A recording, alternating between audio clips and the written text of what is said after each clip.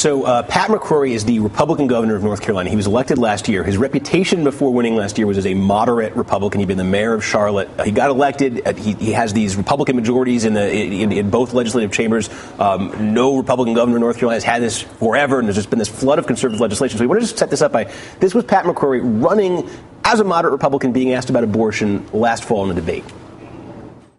If you're elected governor, what further restrictions on abortion would you agree to sign? I'll start with you, Mr. McCrory. None. All right. Can't really do a follow-up for that one. So, yeah, it seems pretty clear-cut. But now, the surprising news, and Jim, you alluded to it earlier, was there was, correct me if I'm wrong on this, there was an anti-Sharia law bill that was making its way through the state Senate this week. And what happened?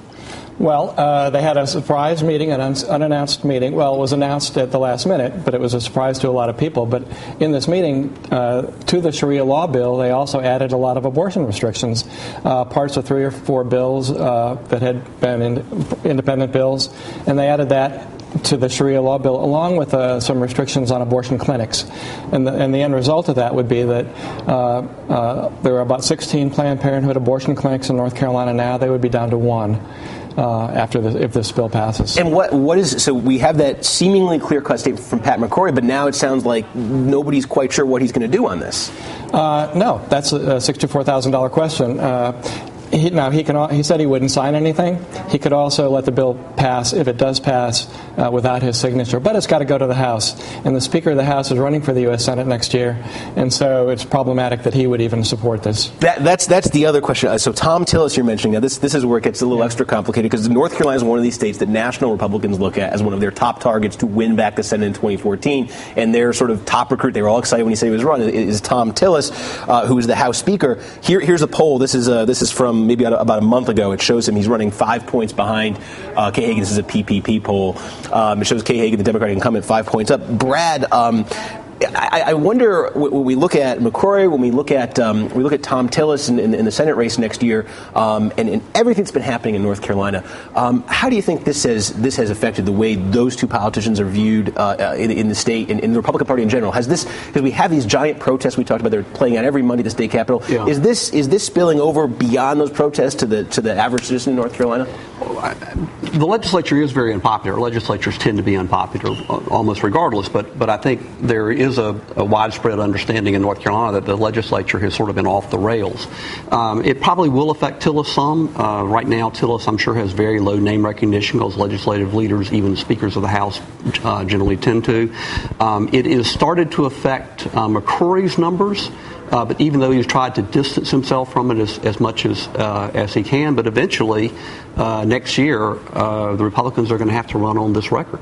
And Donita, you were sort of talking about this in the last segment, the idea of the lesson that other states draw from this. I mean, how important is it in terms of what happens in 2014, what happens maybe with Pat McCrory in 2016? I know that's a long way off at this point, but that seems that's a crucial component here in terms of other states drawing lessons of how far Republicans in state X can go based on what happens to Republicans in North Carolina. Well, I think that right now the best thing that is happening is that the people in North Carolina are engaged. We cannot afford to be engaged only in 2014, 2016 during those election cycles. We have to remain engaged and informed in terms of what is going on now. And so I think the good thing about it is that the people in Ohio and in Florida and other places can see North Carolina as a model to them to say, you know what, it may not appear that we're making a difference, but they are making a difference, and we're going to continue, and we're going to follow that model, and that's a good thing. I mean, you can't lose when people stand up. And Dave, the McCrory's interesting to me because I've been asking myself, and I think on the show we probably asked it a few times, is it possible these days in today's Republican Party to be a genuinely moderate Republican? Because that was Pat McCrory's reputation before becoming governor, but a Republican Party that's animated by such a sort of, at this point, sort of restive conservative movement that's forcing all this legislation to his desk.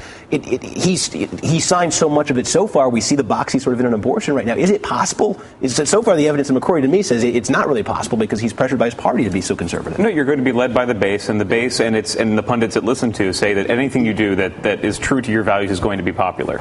I think Republicans would when it comes to state backlash in states and what happens electorally, they would like every election to be the Wisconsin recall, right? We pushed through everything and see Scott Walker won. Democrats, I think, would point to, well, won 2012 because in some of those states that had swung to the Republicans, unions got back off the mat and won. But they'd also like them to look at SB 5 in Ohio. In 2011, that union bill was overturned by the voters.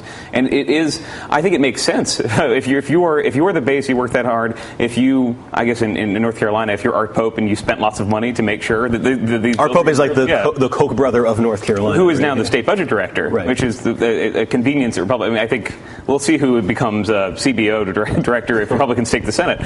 It makes a lot of sense for the base to do that, but no, the Democrats have the same problem. Look, what happened to all the Blue Dog Democrats? When the party took power, when Democrats ran Congress, the base demanded certain things. There was a backlash against them. We can talk about all the reasons why they lost Congress. I think that it might not be healthy, but it makes a lot of political sense. And no, you can't really run away from no Republican governor who runs. We all talk about the credibility that somebody like a Bobby Jindal comes with if he runs for president. They've all been driven right once their legislature has gone that way. In Virginia, I think most people 2 years ago wouldn't have said Terry McAuliffe could win that race. Ken Cuccinelli is conservative, but more than that legislature in Virginia, once it takes power, is so motivated towards getting the long-term goals that are conservative movement enforced that people who gave them a chance turn against them. It's a natural cycle, but you can't avoid that. You can't stay in power if you ignore what the base wants. Yeah, the rap on McCrory, the criticism from progressives and Democrats isn't that he's a doctrinaire right-winger, it's that he's weak. That he's not going to stand up to those extreme voices within his party. He's going to go along.